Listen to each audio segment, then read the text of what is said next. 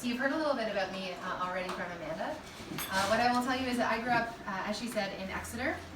Spent the first 16 years of my life in a small town. Parents are both teachers. My dad was the principal of the elementary school where I attended. And we moved to London when I was in high school, where I've lived ever since for about the last 20 years.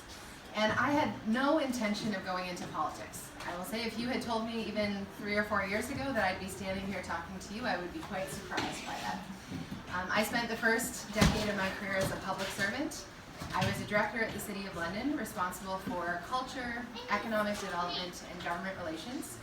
And there were 2 issues in my community that were very important to me. So one was about mental health and addictions. You may know this, but London has the 2nd highest injection drug use rate in the country. We've got a lot of people who are struggling with just crippling addictions, and people needed more support than we had in our community. We're in the center of southwestern Ontario, and there are all kinds of communities where there are people who are struggling and they don't have the support they need. So that was one thing.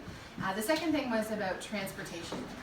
So for many people who live outside of urban areas, there are no options to get around outside of a rented car.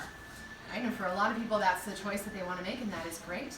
But for people who can't drive for any number of reasons, maybe they can't afford a vehicle, we find people kind of stuck. And that was true in lots of parts of the Southwest and in lots of parts of Ontario. So for those 2 reasons, I had someone approach me and say, I think that you should run for provincial office. I think you should run in the 2018 election. And again, I said, I'm really happy working behind the scenes. It's not something that I think is in my path. And the person said to me, if you say that you care about those things, then you've got to ask yourself, what are you willing to do? Like, how far are you willing to go to see those things happen?